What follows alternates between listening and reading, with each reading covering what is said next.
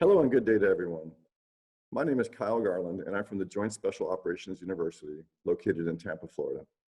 I want to welcome everyone to another online interview with Think JSOU.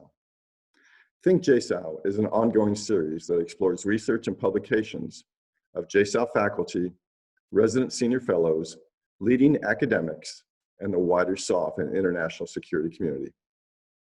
The online collection includes interviews and conversations with authors and researchers and is intended to supplement existing publications, articles, and other active discussions. I encourage everyone to explore the complete Think JSOU collection by reviewing our online offerings on YouTube, Facebook, LinkedIn, and the All Partner Access Network, or APAN. Today, we are honored to have Dr. George Lucas join us to discuss his book titled Ethics and Military Strategy in the 21st Century, Moving Beyond Clausewitz. Dr. Lucas's book was selected by the U.S. SOCOM Commander for the 2020 Commander's Reading List as part of the Ethics, Leadership, and Governance collection. Dr. Lucas recently retired from the Distinguished Chair in Ethics in the Vice Admiral James B. Stockdale Center for Ethical Leadership at the U.S. Naval Academy. He was appointed Emeritus Professor at the Naval Postgraduate School by Provost Stephen R. Lerman, and also appointed Emeritus Professor at the U.S. Naval Academy by order of then Navy Secretary Ray Mabus. Dr. Lucas also authored Ethics and Cyber Warfare, as well as Military Ethics, What Everyone Needs to Know. He also served as editor of the Routledge Handbook of Military Ethics. Dr. Lucas, thank you so much for joining us today. Thank you, Colonel Garland. I'm grateful under these strange circumstances we're in right now to be able to be with you today. Absolutely, we very much appreciate it. The topic of ethics and ethical conduct is a very important issue to United States Special Operations Command. The ethical conduct of war, as opposed to simply the legal aspects of it, is something that every warfighter needs to deal with, both at the policy level as well as the personal level. But sir, before we go into your book, I'd like to start by asking you to tell our audience why you chose to write this book. Well, I'm coming to the end of my career, as those titles you read suggested, and I wanted to at some place document what I had seen over the course of that career as the changes in thinking about ethics and military ethics, or ethics in military organizations, during the period between, let's say, the end of World War II, Korea and Vietnam, and the kinds of irregular and unconventional warfare men and women are called upon to fight today. So this was an attempt to capture that. That was the goal. Well, thank you. The title of your book, the subtitle is Moving Beyond Clausewitz. Now, of course, Karl von Clausewitz is well known for the sentiment that, quote, war is the continuation of politics by other means. I think most military members have heard that quote at one point or another in their career. Now, Clausewitz argued that war is not merely a political act, but also a real political instrument. But less well known is the role that he thought ethics played in war. Would you help us understand the role of ethics in war per Clausewitz? Sure. It's a very interesting question, and it turns out to be a little bit different than most of us think, kind of complicated. That original insight that you mentioned of Karl von Clausewitz, that war is politics continued by other means, is a tremendous insight. It's an innovation over the way people used to think of war as the sport of kings or a matter of honor or whatever that might be. Clausewitz took war seriously, bravely, scientifically, but he was a political realist, and he thought ethics, as generally understood at his time and ours really, was kind of, benevolent, philanthropic, as he called it, attitudes that's just going to get in your way and slow you down on the battlefield. It would be an impediment to prudent, efficacious military action. And I think most people who know about Clausewitz, or the symbol of Clausewitz, know that as well. Ethics has no place in warfare. It needs to be set aside. Well, people still cling to that idea in the name of Clausewitz today, but it's hard to see, for me at least, how it's still valid when we find that isolated tactical instances of unethical behavior by military forces, even individuals, can undermine the entire strategic political goals, say in a counterinsurgency against terrorism or a humanitarian intervention that the military is trying to pursue. So it seems that can't on its face be the right view of ethics. So do you think that Clausewitz saw any value in ethics at all? Well, early on, as I say, he seemed to dismiss it, but as there's Clausewitz and then there's Clausewitz. There's Clausewitz, whom we all sort of know symbolically, a sort of casual but important acquaintance. And then there's, you dive down, do the deep dive into the book and go on and find all kinds of interesting things.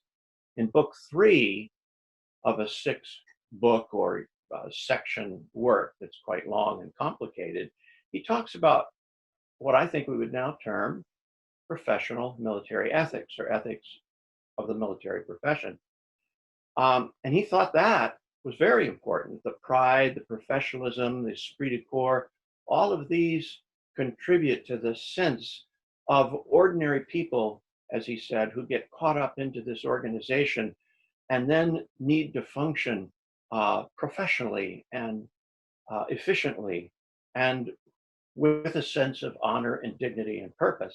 So there's that actual author of the long, complicated texts that students seldom read that contains those kinds of insights. And then there's our issues that we all kind of know from the familiar Clausewitz, that ethics isn't important. I think he thought it was in certain respects. Well, I do remember, sir, when I was issued the Clausewitz on War book, that it was difficult to get through in the first week of the Naval War College. Right. It's a lot to read in a week. Right. But really, for one I think to fully understand what Clausewitz's view on ethics, one really had to read deeply into his numerous volumes. So yes, indeed. Well, sir, as part of your argument, you wrote, and I'll quote here, "Ethics in particular is now at the center rather than the periphery of contemporary military strategy." Will you please explain that? I'd be delighted. I think it's an important recognition. Many people have written obituaries for Clausewitz over the years, and he's still here. We still read him. I don't know who those people are anymore.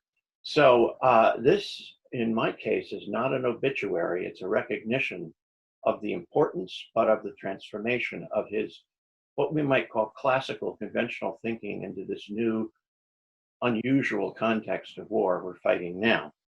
I draw an analogy, in fact, between Clausewitz and the great English physicist, Sir Isaac Newton.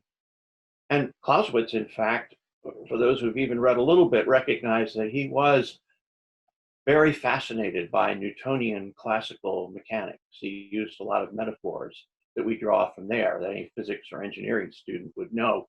Armies are vectors of force acting on a center of gravity, trying to move it in a more desired configuration, and so forth.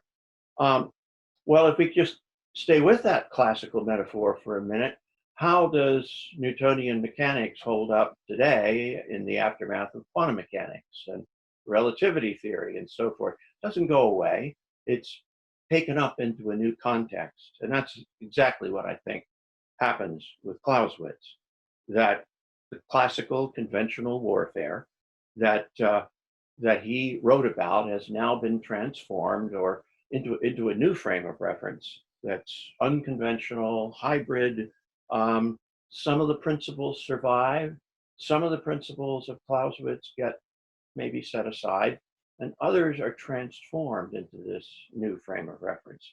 And the one in particular gets transformed is ethics. It goes from the edge, the unimportant part, right to the middle, of the most strategic considerations in military strategy today.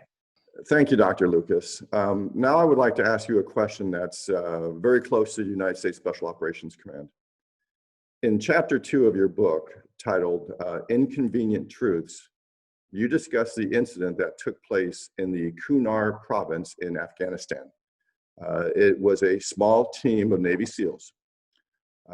This tragedy, of course, is very near and dear to many members of US SOCOM.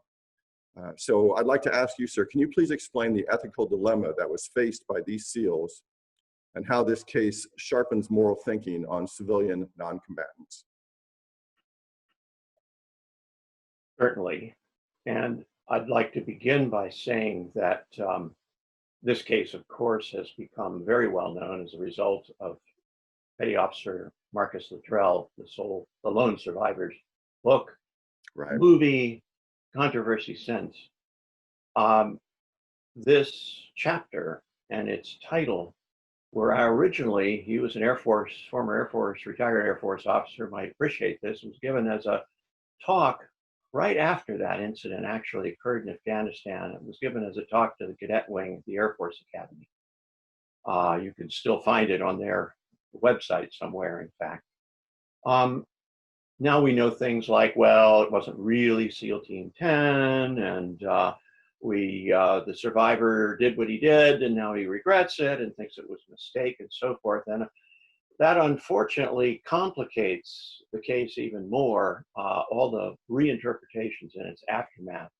Our best account of the tragedy is the one that he was able to give shortly after it occurred.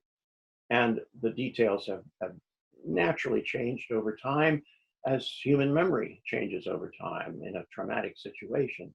But basically what we're all pretty clear on is that the central dilemma was the encounter between this small reconnaissance team, SEAL team, far from their operations base, and getting accidentally discovered, or in their SEAL parlance, they say stepped on, by local villagers, 3 men, one of whom was a young man, a young boy actually. And for reasons that are a matter of dispute, the issue became choose between 2 options: let them go or kill them so they don't reveal our position. Right. Restraint, for whatever reason, tying them up or securing them in some way for a while, did not seem to be an option. So once we're faced with those choices, we then simply have an account by one of the survivors of how they deliberated and what they said and what they thought about at that time. We have his best recollections, which, as I say, have changed over time, about how they reached their decision. But the decision they reached was a very clear one: let them go. We might say the question for them was, when we meet with misfortune in our mission, when we make mistakes in planning our mission, and I think there were some mistakes about how this was set up and carried out, whose fault is that? Who suffers the consequences?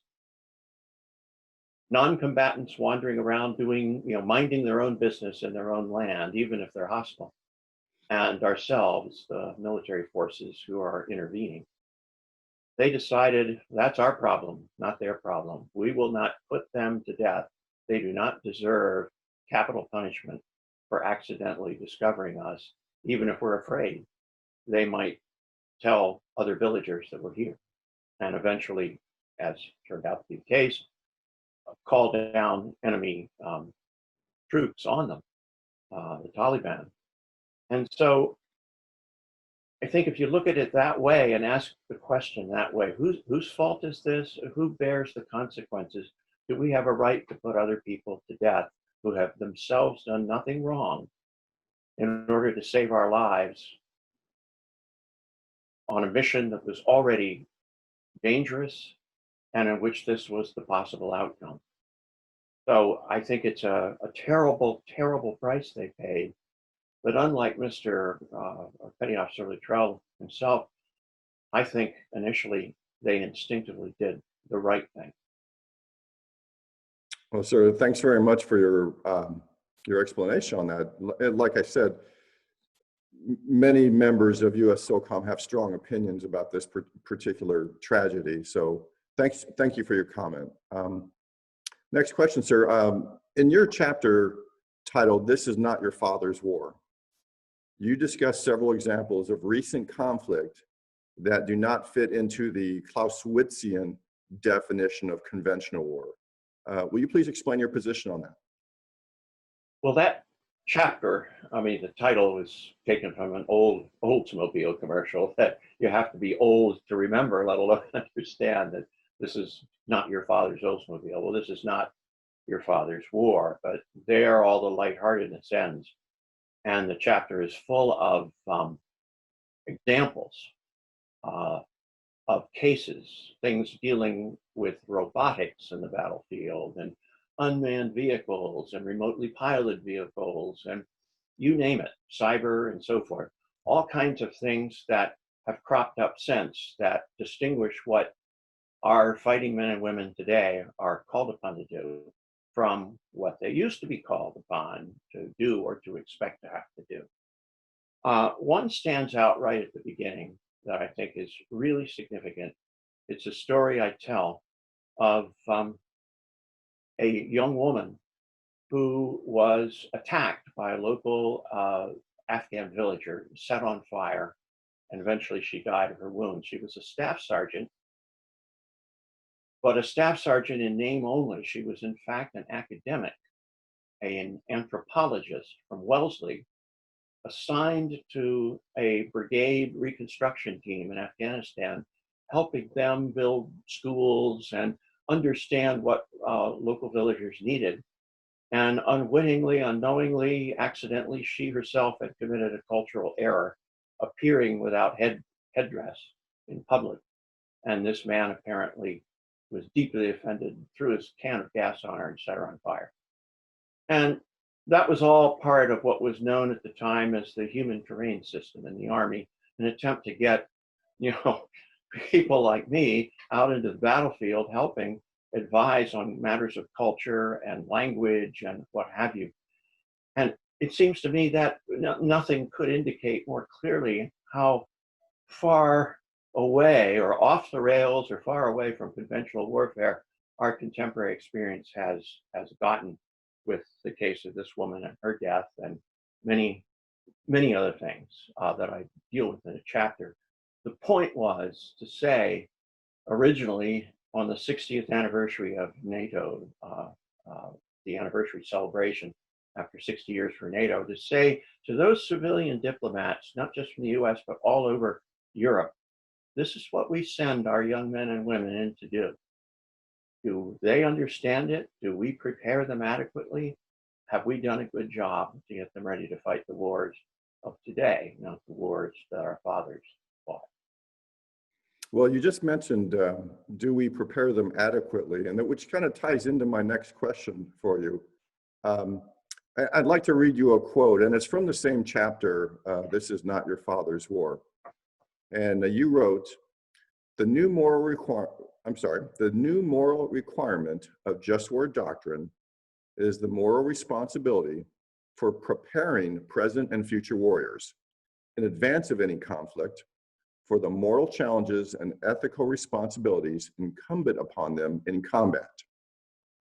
So I'd like to ask you, sir, how are we doing in that area? Are we succeeding or are we failing? Well, thank you, sir. That's an excellent question. And in fact, that was the point of those cases in that chapter and that address originally to those NATO people. On the one hand, we know our military organizations are deeply concerned about ethics and proper moral behavior. Hard to imagine any organizations taking that more seriously than military forces do. But I also wanted to point out frequently that we have all kinds of things going on and sometimes not enough good things going on. And our approach to preparing our military personnel, both officers and enlisted, for this kind of new war, remember, I'm talking a few years ago, sort of at the beginning of this transformation in this case, that these are unprecedented and unconventional kinds of conflict with new moral challenges. We're doing pretty much the same old stuff, and often not enough of it, especially, I think, for our enlisted personnel. What do they get routinely? Well, they'll get pep talks from the chaplain or the commanding officer or a visitor. They'll get routine briefs from the JAG, from the military lawyers, about what is demanded of them in terms of rules of engagement in a particular conflict situation or the laws of war generally, and maybe get the latter just before they're ready to go on deployment. I think a lot of our folks, leaders, people in charge of education, professional military education, and so forth, don't realize what they don't know about ethics, and that most of what we're doing is just not adequate. It's outmoded. There was a GAO, General Accountability Office report on this very topic a couple of years ago. It said that the military does a great job of encouraging good character and trying to reinforce that, as well as legal behavior, and having legal and regulatory briefs from time to time. And they're excellent in what we call compliance-based ethics. Very good at that. Very poor, the report went on to say, at how to teach people or encourage people, develop, mentor, and coach them to become independent thinkers in crisis situations. Values-based leadership, we might call that in the jargon that we're more familiar with. We don't do a good job of that. We don't do a good job of what General Stanley McChrystal called,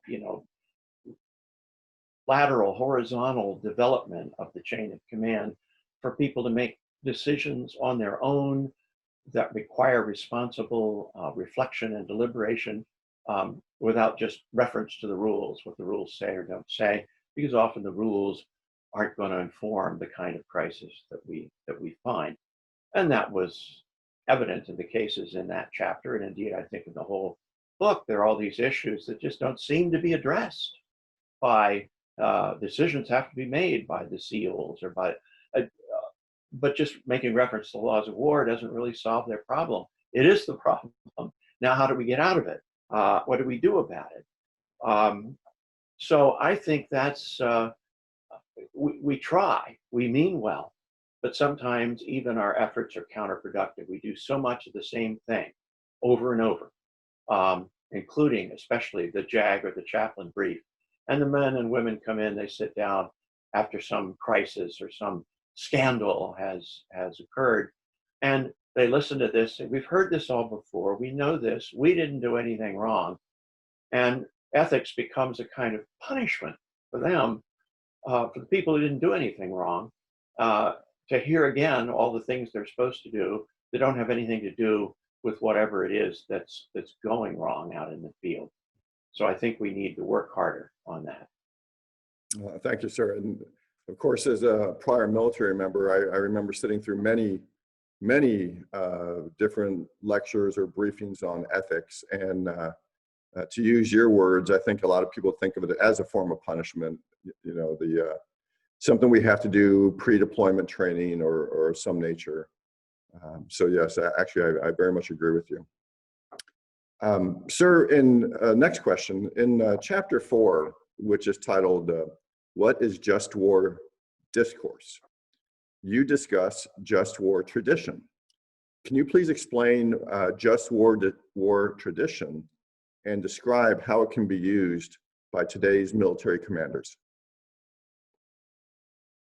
I can, and I think there are a couple of things to say about it. There's a sort of conventional understanding that may come the way of senior officers and policymakers and so forth, who at some point in their education and conversation will encounter, say in a war college setting, the long centuries-old discussion of warfare by philosophers, theologians, policymakers, kings, prime ministers, and so forth. when do we go to war and when do we feel we're entitled to do that? And there's another parallel conversation. You find it over the centuries as well, and anywhere from Shakespeare's Henry V up to discussions today of law of armed conflict about how men and women in uniform are supposed to behave, treat one another, the enemy, prisoners of war, and civilians during conflict. So those are the two traditions. That's what's meant by just war tradition. This discussion is called jus ad bellum, when do we go to war, and jus in bello, the lawyers call it, which is legal Latin language, how to behave during conflict, what are the regulations governing fighting. My discussion of this in this book is a little different, apart from that, because that known tradition gets quickly routinized into a checklist. You have two wallet cards, one for the politician about declaring war, when to do it, when not to, and one for the soldier, sailor, how to fight. And as I've already suggested, things are a lot more complicated than that, and that wallet card is probably not going to help you that much. I try to present the whole context of just war deliberation as an example of the kind of reasoning you and I, and everyone does all the time, when we discover that the normal kind of habits, customs, rules we have that judge or guide us toward the right behavior don't seem to work, or when they themselves seem to cause a problem, or when we feel, notwithstanding the fact that you're not supposed to lie, cheat, steal, or kill, sometimes you have to, or it seems that you might have to. When would those times be? How would we know? And the discussion in all of those cases, including war, really is a discussion of exceptions to normal circumstances. When we set aside or make an exception to normal rules. And what questions, hard questions, do we have to ask ourselves? Turns out they're the questions you find on the wallet card. Do you have a just cause? What are your intentions? Are you going to end up doing more harm than good when you try to do good by breaking the rules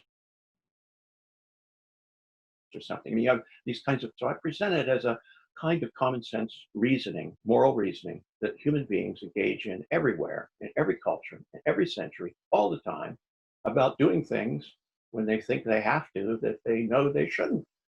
And I think that makes it a much more understandable and applicable kind of tradition than the way we teach it in our conventional settings, where it seems like the whole thing, international law, for example, is a bunch of rules made by people who look like me with ties, holding champagne glasses in Geneva, when in fact, these are the reflections of centuries of military men and women thinking about when do we fight, how do we fight, should we kill prisoners of war, treat them humanely, etc., civilians and so forth. This is part of the tradition of arms, and that's how I present the reasoning.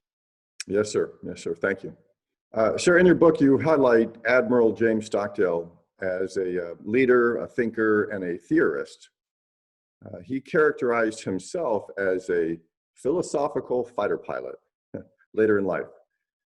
So what was compelling to you about his view of combat leadership? Thank you, Colonel Garland. In the Navy, we're great admirers of Admiral Stockdale. Right. He was, of course, the longest serving prisoner of war in the Vietnam War, ever, in fact, in any war. And I think why he takes on a certain significance is not just that, it's just honorable behavior under unusual, to say the least, and stringent circumstances. But afterwards, he did something unusual. He taught and wrote, as you say, philosophically, reflections of a philosophical fighter pilot, which he was. And so his writings are especially apt, and he has come to occupy the sort of center stage in thinking about ethics and military ethics, at least in the US Navy. And might say, as a kind of sidebar, very proud to be from its beginning associated with what is now known as the Stockdale Center at the US Naval Academy, serving there in retirement now. Well, what I think is unusual, particularly unusual about this philosophical fighter pilot, is his leadership model.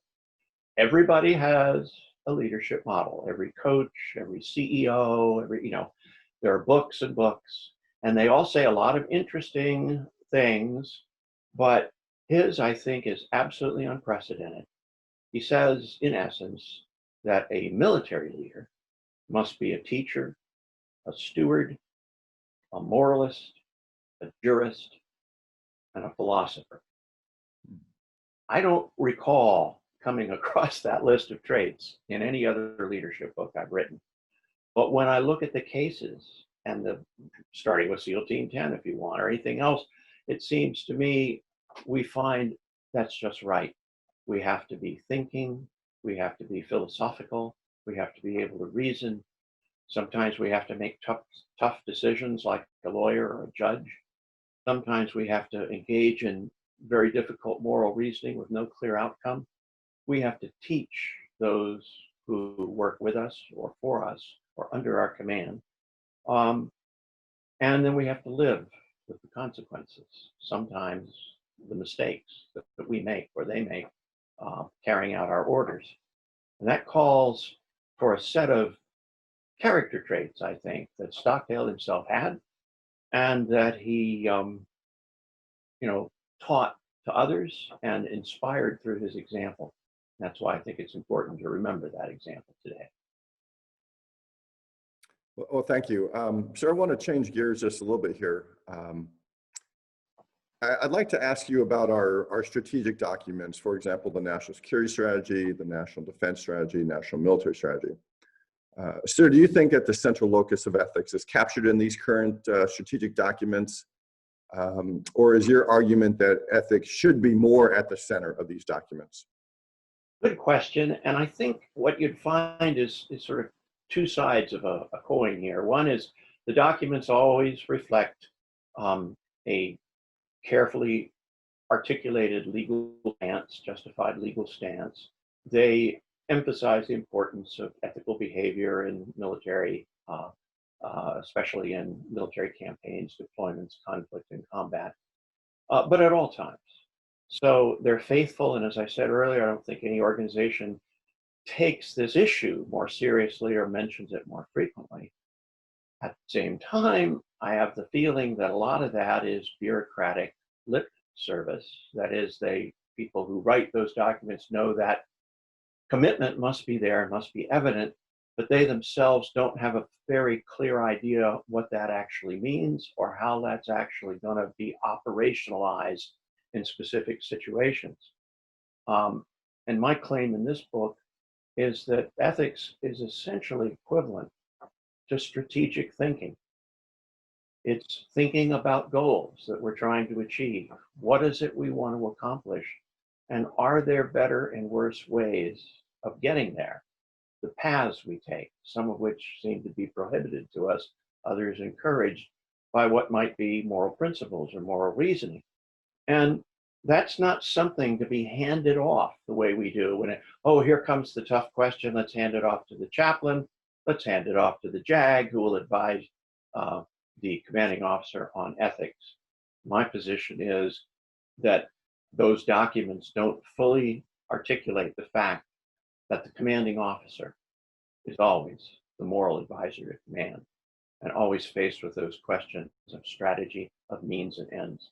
And we need to do more to get ready to confront that. Yeah, absolutely.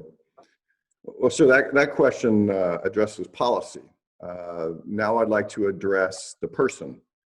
You use a term in your book, you call it the consequences of disobedience. Otherwise, how would you phrase it? Violating moral principles. So would you elaborate on the effects of individuals who might experience this? Well, this is a broad reference to a topic that's become very important in our military services today. Sometimes it's called moral injury. Sometimes it's talking about the psychology of post-traumatic stress syndrome, why some people suffer from it and others don't seem to feel it at all. And there's strong evidence from our military psychologists that frequently the stress comes from having either to witness or from yourself having to do things that you regard as abhorrent, not just killing, but killing in certain ways, um, uh, watching killing and mistreatment take place under circumstances that you yourself cannot countenance, but you're powerless to stop it. Um, War crimes, especially, and the commission of war crimes by individuals um, who are puzzled or confused or maybe inadequately prepared for what they're going to face in combat, lives with them the rest of their lives and causes terrible, grave psychological injury. Uh, that's the discussion of, ignoring morality and not preparing our men and women properly to handle the moral dimensions of what they'll see. They'll see this, they'll experience it, maybe they'll do some things that they're not proud of, and then they'll regret it for the rest of their lives. Right. Well, thanks again, Dr. Lucas. Now, once again, back to your book. You chart 3 transformative waves of armed humanitarian intervention and argue that there is a pattern of grave moral injury to those who shoulder these missions with guidance that is often far too thin. I'd like to ask you, sir, how can we begin to bridge the gap between the guidance that's actually needed from those members on the ground and the guidance that's given, which, as I mentioned, may be thin? This is a good example of the kinds of moral injury that result from what we were just discussing. The witnessing or participating in things that just feel somehow inadequate or wrong to you. And the humanitarian missions, particularly in the 1990s, as we took on more and more of these in the aftermath of the collapse of the Berlin Wall, fall of the Berlin Wall, collapse of the Soviet Union, the end of the Cold War, which I identify as the second wave of humanitarian intervention. That was a time which the militaries were called upon frequently to fix broken nations and states and save lives and intervene in genocidal conflicts, all without there being any particular strategy in place on the part of political leaders or global leaders, United Nations, NATO, and so forth. We were sort of jumping from crisis to crisis. I'll skip over the first wave, which was sort of the conventional military operations other than war that the military has always been called upon in the past from time to time to undertake, but were not the principal purpose of having military force. Began to look in the 1990s, by contrast, as though saving the lives of innocent victims, whether from hunger and starvation or from genocide or terrorism, wherever it be, was becoming the principal purpose of having military forces, which was a bizarre turn of events itself, another example of the unconventional nature of warfare. And then you get sent to a country like Somalia or Rwanda, in the case of Canadian General Romeo Dallaire and his UN forces, most of which he said were so poorly prepared and equipped that he had to spend most of his resources taking care of them. And he didn't begin to have enough, warm bodies or armed men and women in the field to carry out any meaningful mission in Rwanda. They stood around and watched 1 million people slaughtered, almost helpless to do anything about it. And that exerted a terrible, terrible destructive influence on those folks who served in that conflict. And we had the same problem the U.S. did. We went to Haiti in 1994. What are we doing here? And the frustrated men and women who were dispatched or deployed, saying, "What is our mission?" And your commanding officer says, "Your mission is not to get killed. Your mission is to stay out of any of the local conflicts. We don't get involved in politics and so forth. We don't even intervene in fights and arguments and violence that breaks out." And the people deployed began to talk about themselves as, I think you'll remember this phrase, self-licking ice cream cones. It was a bitter, cynical denunciation of this kind of you know, unpurposed deployment, I guess you'd call it. We meant well, we wanted to help, but we couldn't do anything. We didn't even know what it was we were supposed to do, let alone what we were allowed to do. There were cases of people kind of going off their rocker or going AWOL. I remember an Army captain named Lawrence Rockwood in Haiti who went off, took his gun. He was a JAG, I think, but he said, "This is crazy. I'm going to go break into one of these prisons where they're holding political prisoners and torturing them. I'm going to let them free and court-martial my dead body if you want to." Well, of course, that was a disaster, and that's the kind of disastrous behavior, whatever it is. Others will maybe not be so bold, but they'll come back and they'll be disgusted and cynical and demoralized. And I think humanitarian missions often do that to our military personnel if we haven't done enough to get ready for them.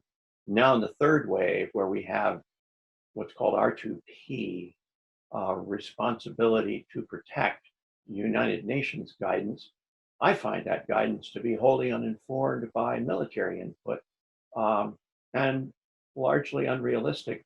As we discovered in intervening in Libya, under that guidance, it wasn't much better than what had gone before.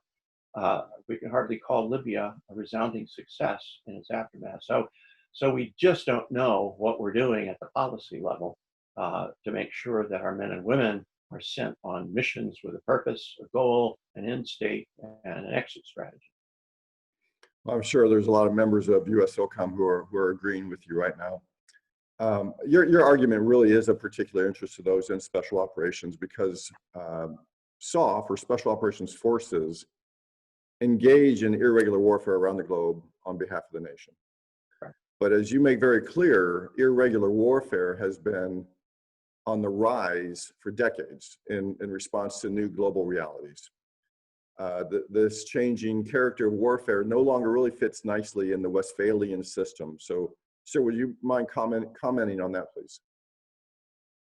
Well, that's an interesting, you take that step back and look at the whole historical picture over centuries about how what we're facing today fits into that. And that Westphalian system itself, as it's called, the nation state system, the national sovereignty and territorial integrity, came into being as a solution to the problems of ceaseless, unending warfare during the Reformation 400 years ago, Reformation, Counter-Reformation, where people just seemed to be at each other's throats for reasons that they had long since forgotten.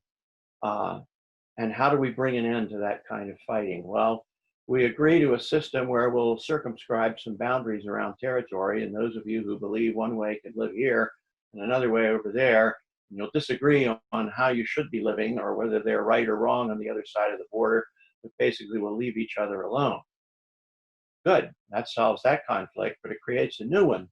It means that the people who live inside a given border have sovereignty and immunity from any kind of external interference, so they're free to do anything they want to anyone they please, the government to the people, or the people to one another, as long as they don't interfere in their neighbor's state affairs.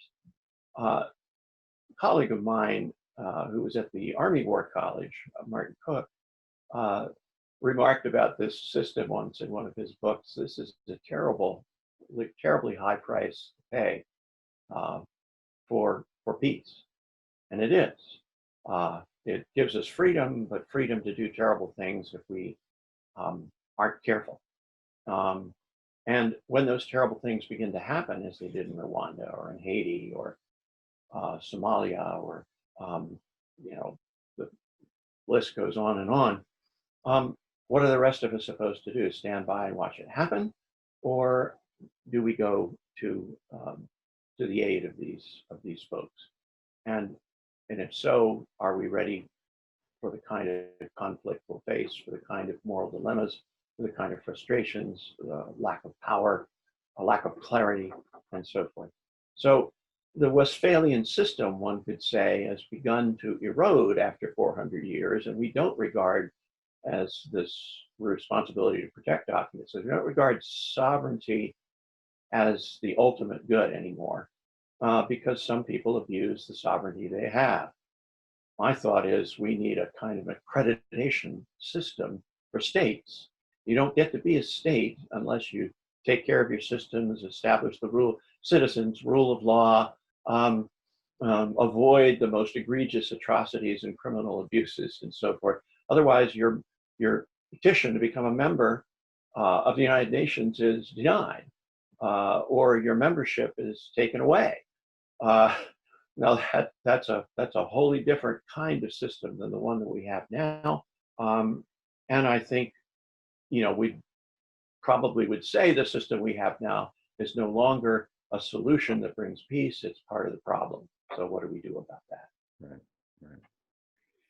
Well, sure. I think we're approaching the end of our time, but before we sign off, I'd like to offer you an opportunity to provide any closing comments to our U.S. SOCOM audience today.